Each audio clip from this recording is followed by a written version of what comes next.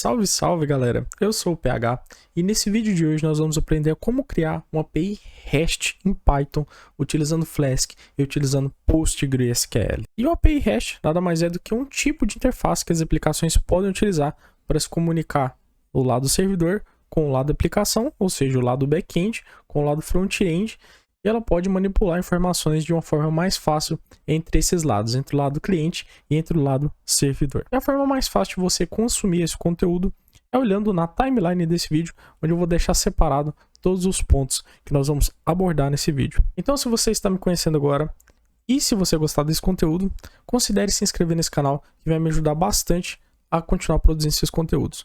E considere deixar também nos comentários algum tema de vídeo que eu possa estar gravando para vocês. Vamos deixar de falação, vamos agora para o nosso computador e começar a codar a nossa API REST. Então, com o nosso projeto aberto no PyCharm, nós vamos criar a nossa API Flask. Mas primeiramente nós precisamos configurar o nosso banco de dados, porque essa API Flask vai consultar no banco Postgres para consumir os dados e mostrar em formato JSON num software aí gerenciador, como por exemplo o Insomnia. Mas para isso nós precisamos de criar uma instância do Postgres e deixá-la pronta para nós podermos utilizarmos no projeto. E a forma mais fácil de fazer isso é utilizando o Docker. Então o pré-requisito para você utilizar nesse vídeo é instalar o Docker e configurar ele na sua máquina. E com ele configurado, nós vamos entrar na pastinha Docker, que é o que a gente tem em comum no nosso projeto até o momento. Eu vou deixar o link da descrição do GitHub, onde tem um projeto completo, onde você pode fazer o clone desse projeto e utilizar da forma que você quiser. E dentro dessa pastinha Docker, nós vamos ter dois arquivos, que é o docker compose.yaml e o init.sql. Esse arquivo docker compose.yaml, ele indica o que é a imagem que o Docker vai construir, que é a imagem do Postgres, e passa os dados de ambiente também para ela construir, que é, por exemplo, usuário e senha, e a porta que ela tem que ficar ouvindo. Com o Docker instalado, ao entrarmos aqui nessa diretório Docker, se eu rodar o comando docker compose up, o Docker automaticamente vai criar essa imagem do Postgres e vai deixar disponível para que nós possamos utilizar. Então ele até fala que ele está escutando agora no IP 0.0.0.0, que também é o localhost no Windows, na porta 5432.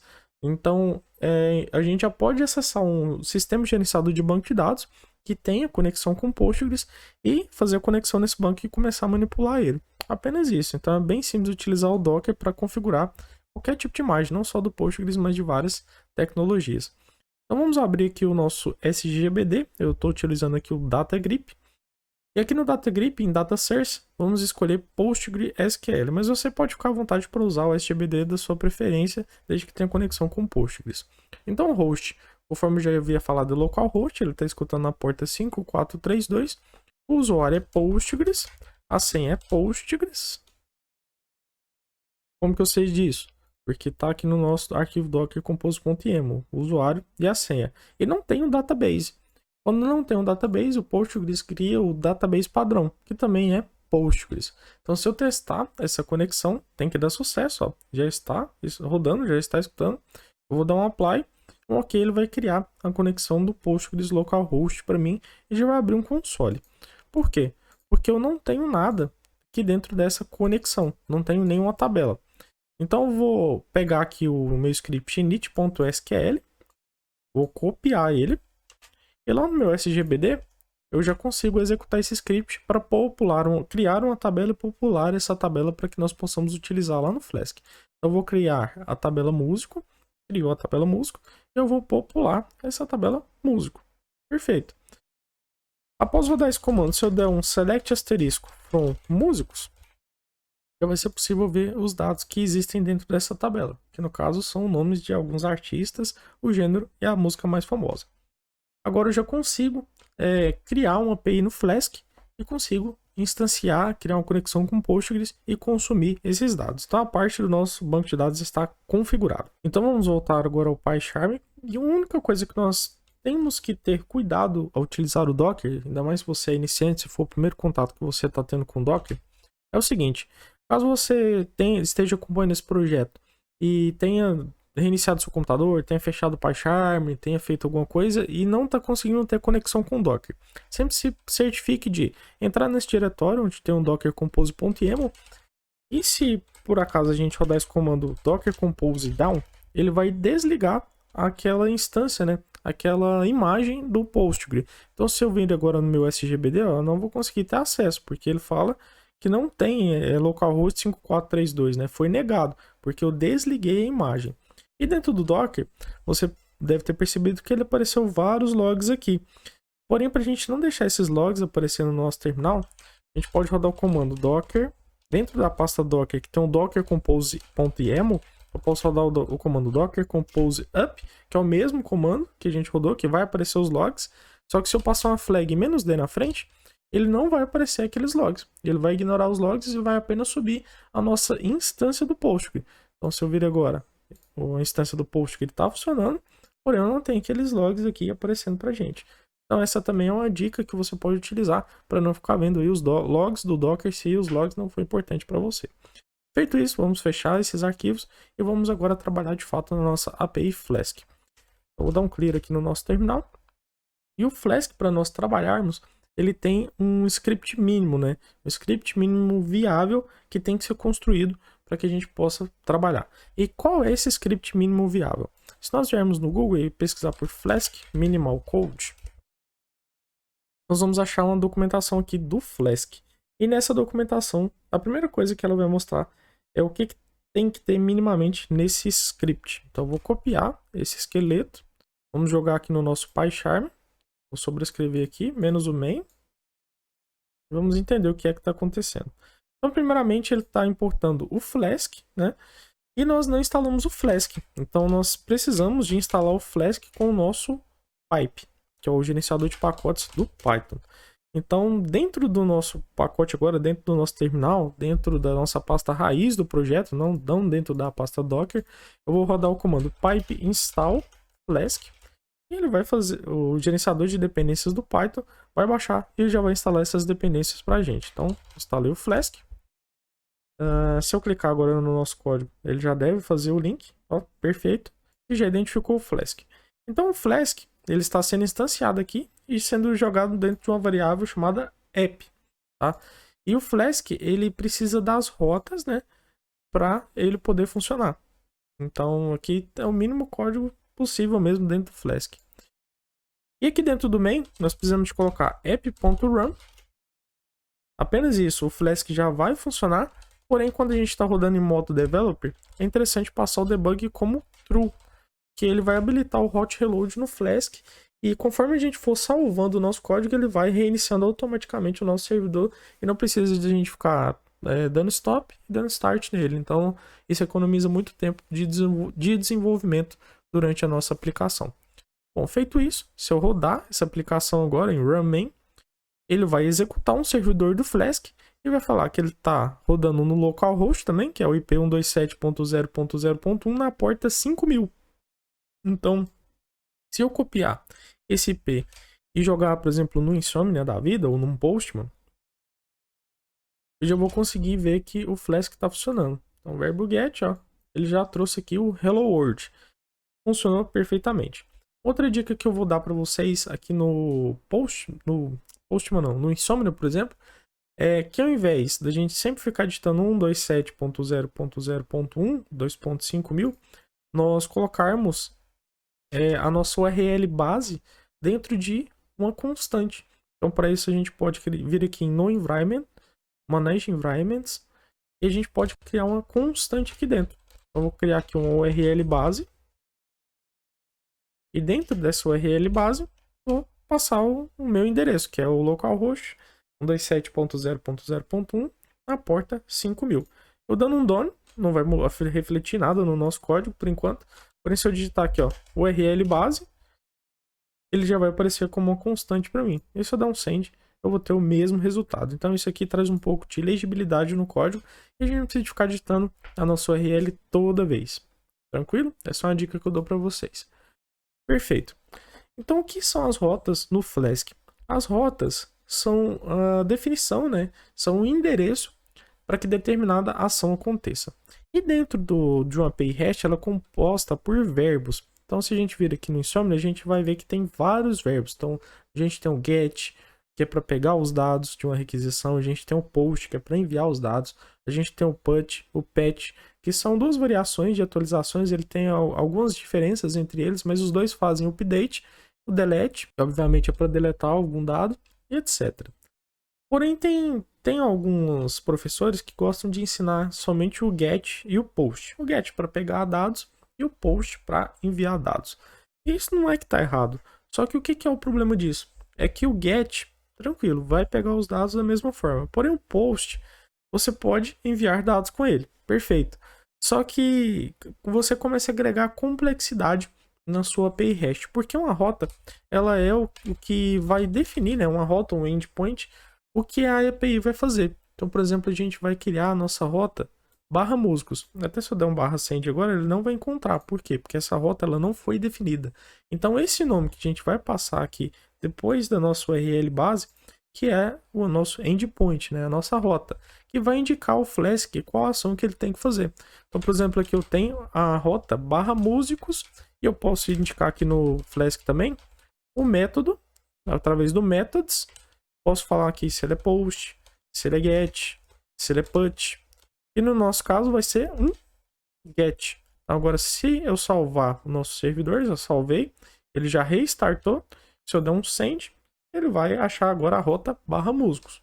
Perfeitamente, até aí não tem nenhum problema. O problema é que se eu usar sempre o post, eu vou fazer uma alteração aqui. Por exemplo, então eu vou fazer um cadastro no post barra músicos. Só que agora eu quero fazer uma atualização. Eu só estou usando o post ao invés do put ou do patch. Então, geralmente, a galera começa a agregar complexidade na API Flask fazendo dessa forma. Por exemplo, indicando um outro endpoint, uma outra rota, né? Que é barra músicos barra update, que é a rota mais a ação. E não é que isso está errado, porém isso começa a agregar complexidade. Porque cada vez mais você vai adicionando mais coisas nas rotas. Então é barra músicos barra delete, por exemplo. E é muito mais simples se você utilizar o verbo correto. Que você vai poder sempre utilizar a rota barra músicos. E aqui você vai poder passar o verbo put, que é para atualizar. Então o Flask já vai saber. Então, por exemplo, aqui, ó, como que a gente vai definir essa rota? Eu até vou copiar aqui, ó. Vamos definir a rota barra músicos como post. Até vou colocar aqui, ó, um retorno músicos como post. Vamos colocar como put, como delete. Só para a gente entender esse cenário, para que fique claro para que servem os verbos e como eles devem ser utilizados. Então tem aqui a rota barra músicos no get, tem a rota barra músicos no post, tem a rota barra músicos no verbo put e tem a rota barra músicos no verbo delete. A única coisa que eu preciso fazer aqui no Flask é renomear essas classes, porque não pode ter nome de classe duplicada aqui dentro desse arquivo. Então vou colocar aqui get músico, post músicos, put músicos e delete músicos. E aqui eu vou dar um get músicos como get. Perfeito. Salvei, ele já reiniciou por causa do hot reload aqui embaixo. Se eu vir agora no nosso Insomnia, dá um get, ele vai aparecer músicos como get. Post, ele vai aparecer músicos como post. Put, ele vai aparecer, bom, deveria aparecer, né? Músicos como put. Ah, aqui ó, músicos como put. Salvei, ó, músicos como put. Delete, músicos como... Opa, não mudei, né? Músicos como delete. É perfeito. Os verbos, eles estão funcionando e a nossa endpoint músicos se manteve. Então isso traz legibilidade para a nossa API REST. Entendidos isso, vamos colocar aqui no get, né? Vamos apagar esses outros verbos. E agora o que nós precisamos fazer? Precisamos de fazer conexão com o nosso Postgres e precisamos de conectar e fazer o select e resgatar os dados do nosso banco para nós mostrarmos isso em formato JSON. E é isso que nós vamos fazer agora. Então, para isso, vamos criar um arquivo chamado Postgres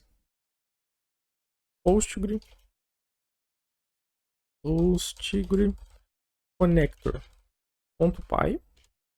E dentro desse arquivo nós vamos ter o método connect. Para a gente definir um método, basta utilizar o def, né? E nós vamos ter um método chamado carry. Vou dar um PS também. E como que você pode estar pensando, como que nós vamos fazer a conexão com o Postgres dentro do Python? E para isso nós precisamos instalar um outro pacote, assim como nós instalamos o Flask, que é o pacote Psycop G2. Então vamos dar o pipe install Psycop G2. Ele tem esse nome meio estranho mesmo, mas esse é o pacote que a gente utiliza para fazer a conexão do Python com o Postgres. Então, com ele instalado, nós já conseguimos instanciar ele aqui, né? Vamos importar aqui o Psycop G2. E com ele nós já podemos fazer a conexão com o banco de dados. Então, para fazer a conexão, com ele não é muito complicado. Então, vou criar uma variável, por exemplo, connector. E vou chamar o Psycop G2 e ele tem um método connect. Dentro do método connect, eu posso passar algumas variáveis, como por exemplo o host, que é localhost, no nosso caso, mas se você tiver um cenário diferente, você pode modificar. Eu vou passar para ele o user, que é Postgres. Eu vou colocar assim para a gente ficar mais legível.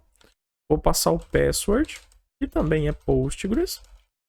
Vou passar o dbname, que também é Postgres. Apenas com isso já é o suficiente para ele conseguir fazer a conexão com o nosso banco de dados. E o Psycop G2, depois que ele faz a conexão, ele tem um método chamado cursor. E eu preciso de retornar esse cursor. E o que é esse cursor? Ele vai fazer a conexão no nosso banco de dados.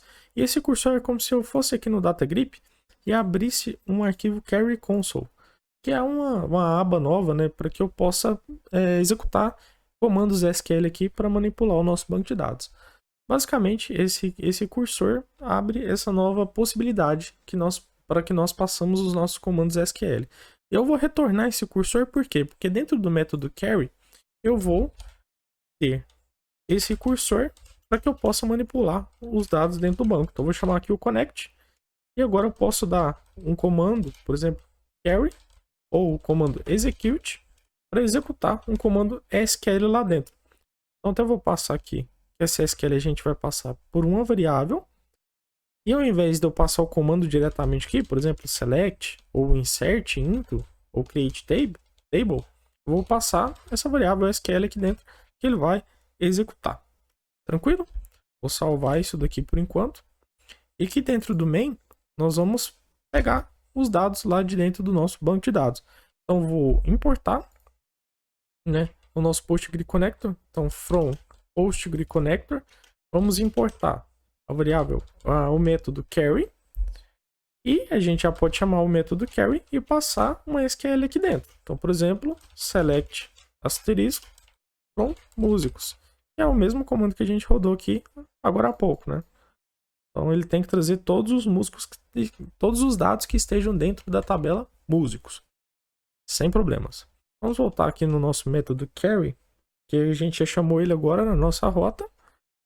Agora nós precisamos de pegar esses dados. Aqui ele executou a SQL, então ele trouxe essa SQL para o nosso cursor, o resultado, né, dessa SQL para o nosso cursor. E aí dentro desse cursor nós conseguimos ver que tem o método fetch. E o comando fetch, quando a gente faz algum select, ele vai pegar os dados desse select. Então, por exemplo, tem o fetch all, que vai pegar todos os dados desse SQL. Tem o fetch one, que ele vai pegar apenas o primeiro resultado desse SQL. E tem o fetch money, que você vai passar a quantidade de resultados que você quer. E ele vai trazer para a gente, e isso é geralmente utilizado quando temos um resultado, né, um select que traz vários resultados. Você pode dividir, pode paginar esses resultados se for interessante para você. No nosso caso, a gente vai pegar o comando fetch all, que são poucos resultados, e eu vou retornar esses dados desse método carry. Então, vou salvar isso. E agora, dentro do main, eu tenho aqui, por exemplo, o result.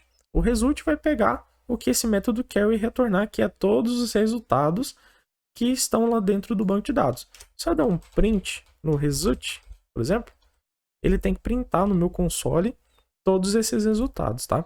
Eu tinha fechado aqui a nossa conexão, fechei. Ah, não fechei não. Então, perfeito, salvei. Ele já reiniciou aqui o nosso servidor Flask.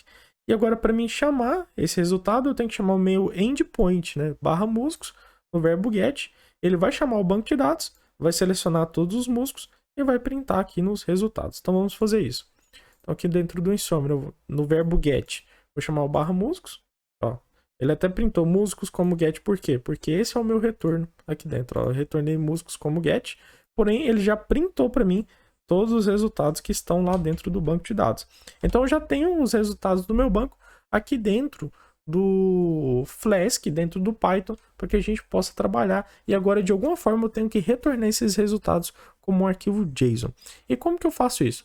Primeiramente, eu tenho que iterar dentro desses resultados e exportar ele para JSON de alguma forma. Então, para isso, eu vou criar aqui dentro uma variável chamada JSON, que é um array vazio, tá? Ele vai pegar aqui o result, né, do carry, e aí nós vamos iterar um for dentro do carry. Então, eu costumo chamar assim, for data, que é o dado que veio do banco de dados, né? Eu vou iterar agora dado por dado. Então, ele vai pegar aqui, ó, só esse dado aqui, que é 1, alloc, eletrônica, Riminel. Vai pegar depois o 2, que é o 2, Jorge Mateus, sertanejo, louca de saudade, e assim por diante. Então, vamos iterar dessa forma, ele vai jogar tudo dentro dessa variável data. Então, é for data in result, tá? Então, ele vai iterar no result, que é um array. Ele vai jogar cada posição desse array em data, correto? E agora, se eu der um print data na posição 1, ele vai printar o nome, porque ó, na posição 0 é o código, posição 1 é o nome. Então, ele tem que printar o nome de todo mundo aí dentro. Vamos executar e vamos rodar novamente. Aliás, só salvar o nosso código, né? Já está com o nosso hot reload ligado. Se eu instanciar o nosso endpoint novamente, ele vai retornar músicos como get, mas aqui ele vai mostrar somente o nome, porque a primeira posição é referente ao nome. Então agora, se a gente retornar a data na posição 0, por exemplo, eu vou duplicar essas linhas aqui. Data na posição 0 é o código, data na posição 2.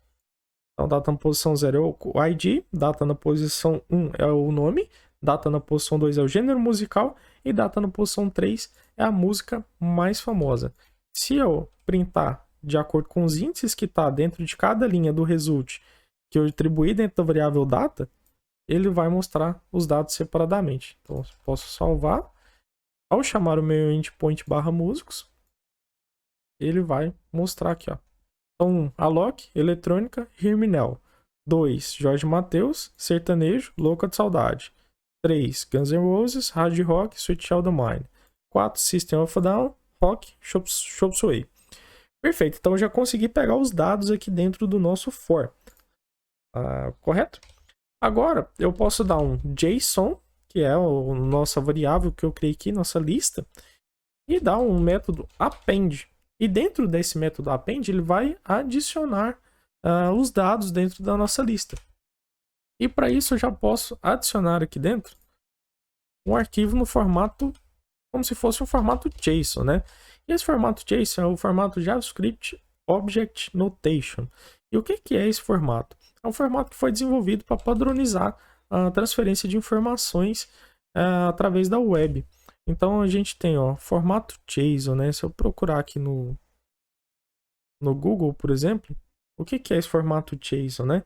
Ele é um formato onde você tem aqui o objeto, abre a chave e tem os valores dentro dele, tá? Então é basicamente assim que é feito um formato JSON, né? Funciona. E esse formato JSON, a gente vai abrir as chaves e vai adicionar os nossos objetos dentro dessas chaves.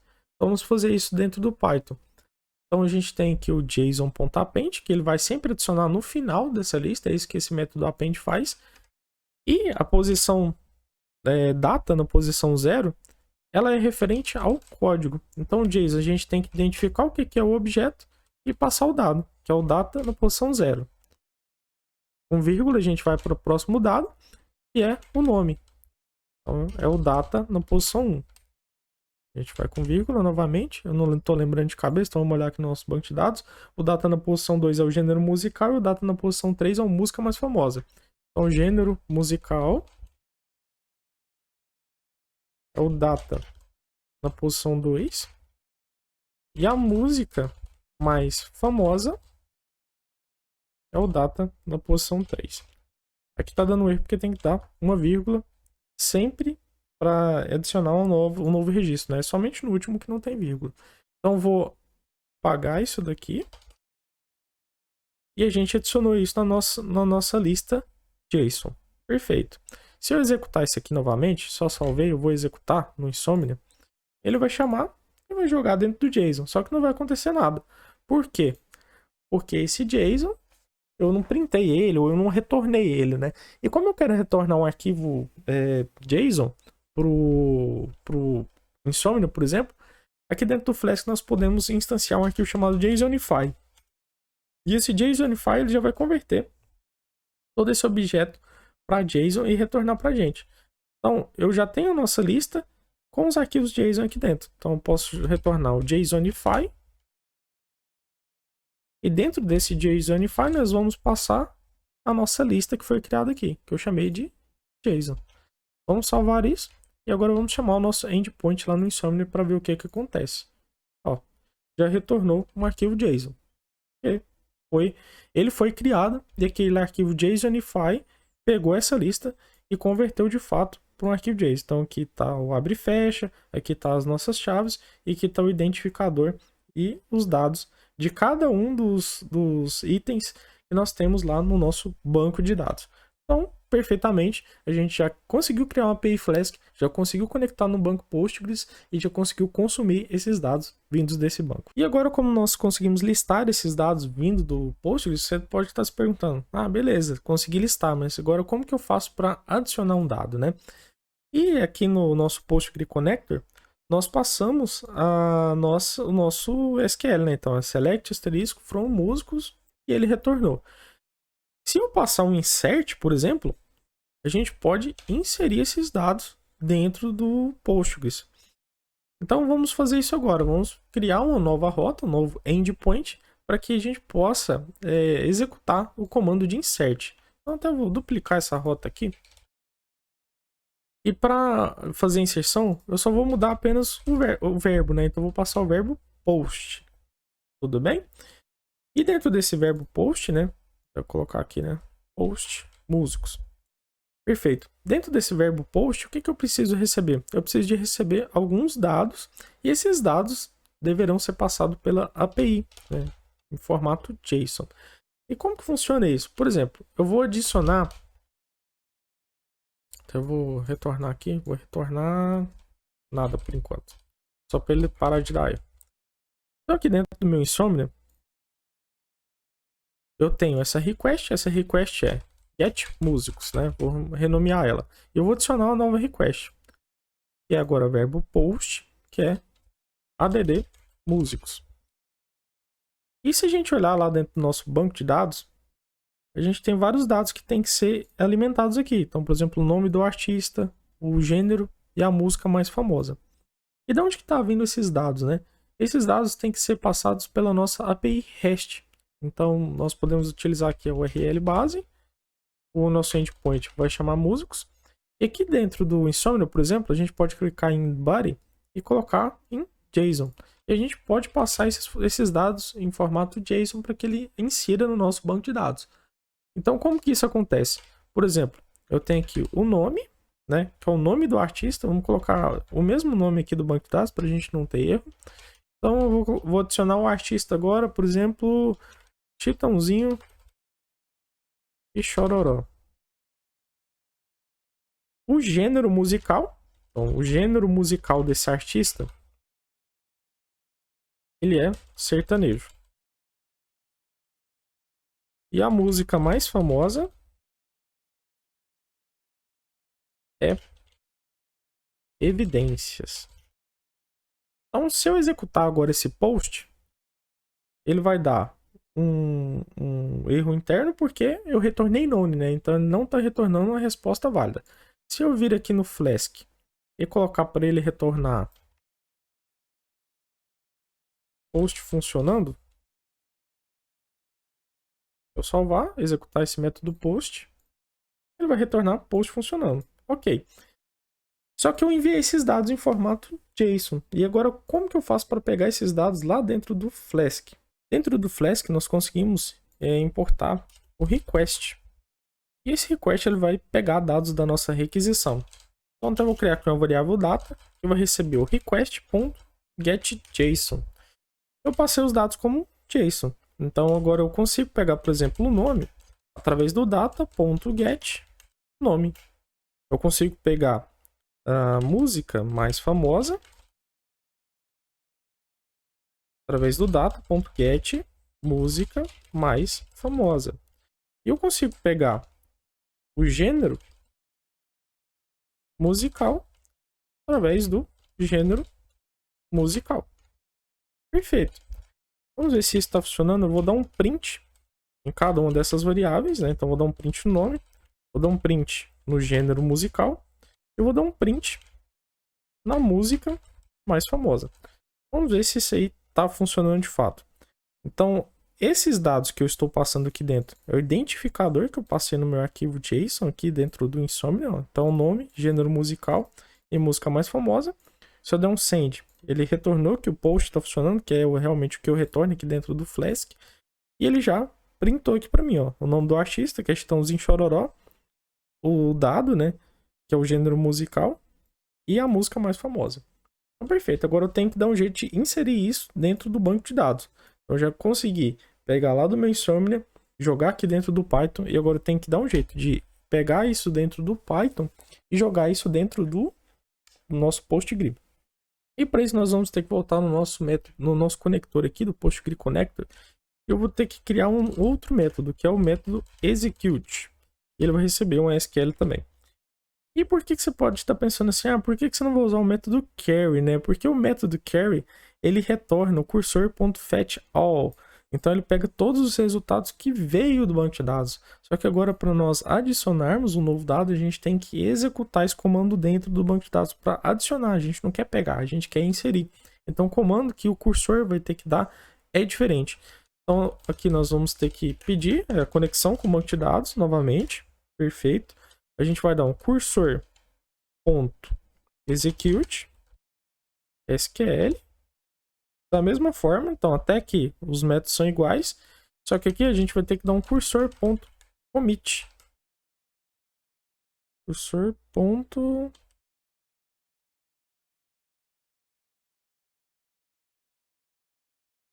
A gente vai ter que dar um cursor.commit para ele executar essa conexão dentro do nosso banco de dados. Para executar esse SQL ali dentro. Eu vou dar também um cursor.close para ele fechar essa conexão, porque a gente não vai precisar de ficar com ela aberta aí. Essa é uma boa prática, tá? De sempre fechar as conexões após executar. Então, cursor.close. E vamos ver se isso aqui vai funcionar, tá? Então, deu uma conexão. Executei a nossa SQL, deu commit e fechei a nossa conexão. Então a gente tem que importar esse método aqui dentro do nosso Flask. Então a gente só tinha importado o carry, vamos importar o execute. E aqui dentro nós vamos pegar o nosso insert, que está aqui no nosso SGBD. Ó. Então insert into músicos, nos atributos e passando as variáveis. Então vamos colocar aqui, ó, execute. A SQL é esta daqui. E aqui no Python a gente tem um comando bem legal. Que, por exemplo, aqui a gente vai, tá vendo? Aqui tem os dados, né? Então pra gente não ter que fazer assim, ó, aspas duplas, mais, para concatenar e passar a nossa variável, por exemplo, nossa variável nome, a gente pode fazer dessa forma, funciona também. Só que assim, é mais difícil de fazer, assim é mais verboso, assim é mais trabalhoso. Então aqui no Python, se a gente deixar o comando do jeito que tá e passar um F no começo, a gente pode passar o nome da variável. Então aqui, ó, a gente pode dar um abre e fecha, chaves, e aqui dentro eu posso passar a variável nome. Eu não preciso ficar dando mais para passar ali, concatenar, com string e tal. A chance de errar é maior. Então aqui é o gênero. E aqui é a música mais famosa. Bom, feito isso, esse método tem que executar, tem que retornar alguma coisa, tá? Então vamos executar aqui isso daqui para ver se isso vai funcionar de fato. Eu até vou dar um print aqui, ó. Vamos dar um print para ver o que ele vai retornar aqui no nosso console. Então, salvei o projeto. Agora no verbo post, vamos passar o músico. E vamos ver o que vai acontecer. Então, aqui, ó. Deu o verbo post. Deu syntax error. Deu syntax error. Vamos ver o que aconteceu.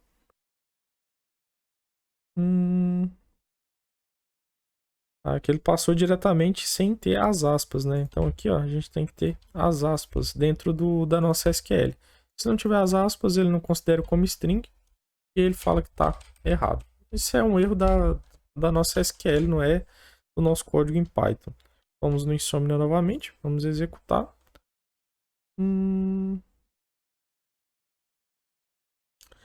Não tem um atributo commit, né? Então vamos aqui no Google, o Psycop G2.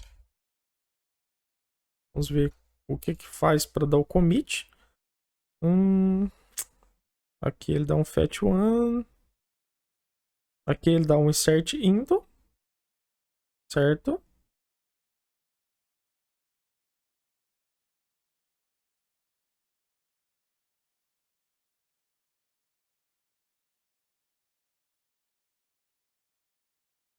Correto. Aqui dentro do nosso Flask é somente o execute mesmo, né? Então aqui ele retornou o cursor e ele vai fechar. Só que se rodar somente esse execute, vamos ver se ele vai conseguir executar isso lá dentro do nosso banco de dados. Vamos executar aqui, ó, post funcionando. Beleza, se eu der um select aqui no nosso banco de dados, vamos ver se ele vai aparecer. Não apareceu. Por quê? Porque esse plugin, o Psycop G2, para executar comandos dentro do banco de dados para inserção, a gente precisa de pegar o nosso connector e dentro desse connector a gente precisa de rodar um comando chamado commit. Então, até se eu vir aqui, ó, na minha conexão, connector.commit. E aí sim ele vai refletir os comandos que nós dermos aqui dentro do banco de dados. Então, como que nós vamos fazer isso? A gente vai ter que mudar esse comando connect, né? Então, eu vou ter que retornar o conector. Aqui, eu vou precisar do cursor. Então, eu vou chamar o cursor aqui dentro. Sem problema nenhum. Aqui eu vou chamar o cursor novamente. Aliás, aqui eu vou chamar o connector. Vou chamar ele de com. E o nosso cursor vai ser o com.cursor. Beleza?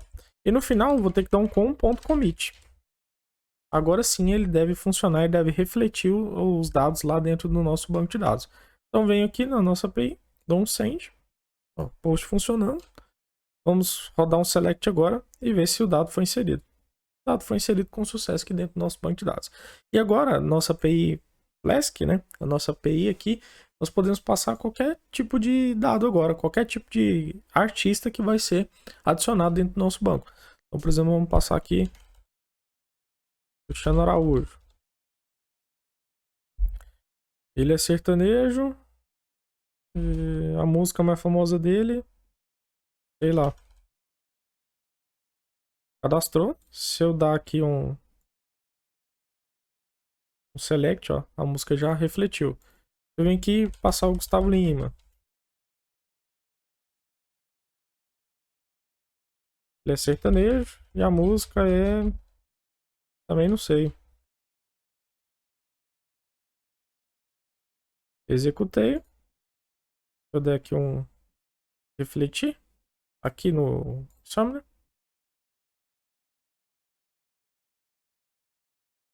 Opa, já tinha cadastrado. Ele já tá aqui, né? Gustavo Lima. E o que é interessante?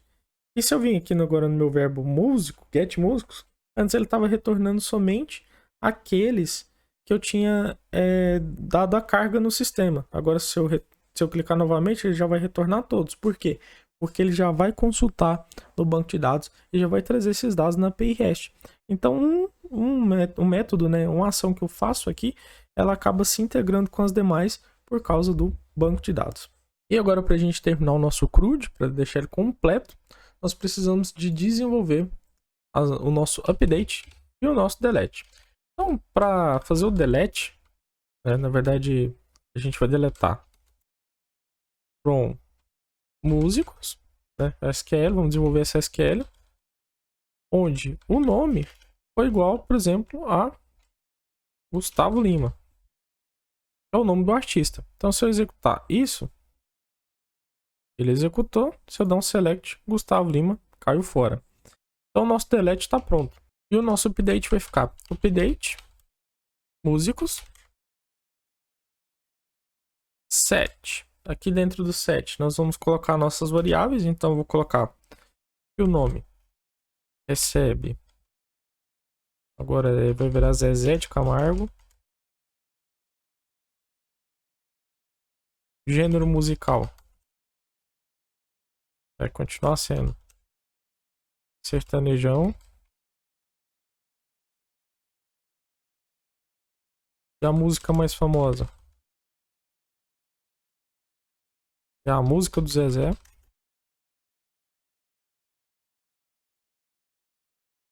Where o update, para ser mais responsável, né, a gente vai fazer o identificador pelo ID. Então, somente quando o ID for 8. Então, agora a gente vai transformar Cristiano Araújo no Zezé. Então, vamos dar um update e vamos dar um select para ver o que aconteceu. Ó. Já virou Zezé de Camargo, sertanejão, virou a música do Zezé. Então, agora a gente já tem a nossa SQL tanto para deletar um usuário quanto para dar o update. Vamos fazer o do update primeiro. Então, eu vou copiar essa SQL. E aqui no Insomnia eu já vou duplicar o meu verbo. Então, até vou dar aqui um duplicate. Então, aqui agora vai ser update músicos. Um verbo put. Certo? Então, aqui agora no nosso Flask. Vamos vir aqui no main. Eu vou colar isso daqui só para não perder. Eu vou duplicar aqui o nosso verbo, né? Que agora em vez de post é put. E aqui eu vou colocar put também. Perfeito. Vou recuperar aqui a nossa SQL, que estava aqui embaixo. E a gente vai ter que receber os mesmos dados, né? No put. Então a gente vai ter que receber o nome, o gênero musical e a música mais famosa lá do JSON. Então eu vou aproveitar esse trecho de código. A coisa que vai mudar é que ao invés de fazer um insert, eu vou ter que fazer um update. Apenas isso que vai ficar diferente aqui agora no nosso código. Então eu vou executar, né? Vamos recuperar isso daqui. E aqui no Python também ele tem outra dica interessante. Que aqui, ó, o nosso código ele quebrou, mas na verdade ele está mais legível dessa forma. Então como que eu faço para mantê-lo dessa forma sem ter prejuízos? Aqui eu tenho uma aspas. Se eu colocar 3 aspas, ele vai deixar o meu update ficar desse jeito aqui, tipo, em pezinho. E aqui dentro eu posso passar as variáveis da mesma forma. Então eu posso vir aqui passar o nome. Aqui eu posso passar o gênero musical. E aqui eu posso passar a música mais famosa. Para dar o update eu também vou precisar do ID, né? Então eu vou ter que pegar aqui o ID, data.get, ID. E aqui eu preciso de passar o ID. Para não dar aquele problema, eu preciso de colocar as aspas aqui, né, no nosso SQL. Senão ele vai dar aquele mesmo erro que deu no insert. E perfeito, isso daqui já é para funcionar. Então eu vou colocar aqui, ó, o put funcionando. Então vamos passar um dado aqui agora no nosso Insomnia, no put. Vou colocar que isso aqui é JSON. Até aqui no ADD Músicos eu vou copiar. Vou colocar esse JSON aqui. Só que agora eu tenho que passar o ID. Né? Então vamos passar aqui o ID. E o nosso ID, vamos ver lá no nosso banco de dados, quem que vai ser? Então eu vou passar aqui, ó, o ID 2, por exemplo. Jorge Matheus agora vai virar Gustavo Lima. Então vou passar o ID 2. Vou passar aqui, ó. Jorge Matheus vai virar Gustavo Lima. Vai virar sertanejo. E agora a música mais famosa, também não sei como é que vai ser não. Então vamos executar isso e ver se vai funcionar. Pode funcionando. Se eu vir agora no banco e der um select, Jorge e Matheus, ó, virou Gustavo Lima. Que o ID é 2, tá vendo? Aqui só reordenou, né? Se eu clicar aqui, ele vai reordenar. Ó, 2 virou Gustavo Lima, sertanejo, também não sei. Então, nosso update funcionou. Agora vamos fazer o nosso delete, que também não vai ser coisa de outro mundo, né? Não vai ser nenhum bicho de 7 cabeças. Então, vou copiar aqui o nosso método pra gente não perder muito tempo. Vou colocar aqui, ao invés de put, delete. Então, vou colocar aqui delete músicos. E o delete, ele só precisa do ID. Ele não precisa de nome, não precisa de gênero musical, ele não precisa de nada. Porque, segundo a nossa SQL aqui, ó, na verdade eu preciso só do nome, não é do ID. Então, eu preciso deletar o artista que tenha aquele determinado nome. Então, aqui a gente vai executar é o delete. Aqui a gente vai capturar o nome. E vamos passar o nome aqui no lugar de Gustavo Lima, né? Lembrando que tem que ficar dentro das aspas. Então, passei o nome. Aqui eu posso até apagar essas 3 aspas, né? Posso deixar só uma aspinha normal. E tá aí. Aqui é o verbo delete. E aqui eu vou retornar que o delete está funcionando. Então, aqui no Insomnia, eu vou duplicar o put. E agora eu vou colocar o delete. Aqui eu vou mudar o verbo para delete. E aqui eu vou deixar somente o nome que tem que passar como argumento. Então, nome. Agora vamos deletar o Gustavo Lima. Então, já que o Gustavo Lima está aqui, vou executar. Ó, delete funcionando, deu status 200. E se eu vir aqui agora no banco, Gustavo Lima não tem que existir mais. Opa, vamos selecionar aqui, ó, fazer o select. Perfeito, Gustavo Lima cascou fora. Se eu quiser deletar agora também o Zezé, por exemplo. Ó, Zezé de Camargo. Vou vir aqui no Insomnia. Vou trocar o nome aqui para Zezé de Camargo. Vamos executar. Ó, delete funcionando. Se eu executar, select. É que o Zezé tá com o nome aqui nos dois, né? Ele apareceu o delete funcionando, mas ele não achou o nome Zezé de Camargo, né? Então coloca aqui, ó, Zezé Camargo. Vou colocar, tá funcionando. Eu dou um select, tá funcionando também. Então, a gente terminou a criação da nossa API REST com os verbos aqui, ó, o get, o post, o put e o delete. Conectamos com o PostgreSQL e fizemos todo o nosso gerenciamento aqui de arquivos JSON no Insomnia, né? Se eu dar um get aqui, ó, vocês vão ver que ele já vai atualizar. Então vai voltar a log, Guns N' Roses, System of a Down e o Chitãozinho Chororó, que é o código 7, conforme o gerenciamento que a gente fez por aqui. E se você chegou até aqui, é porque eu devo ter te ajudado de alguma forma.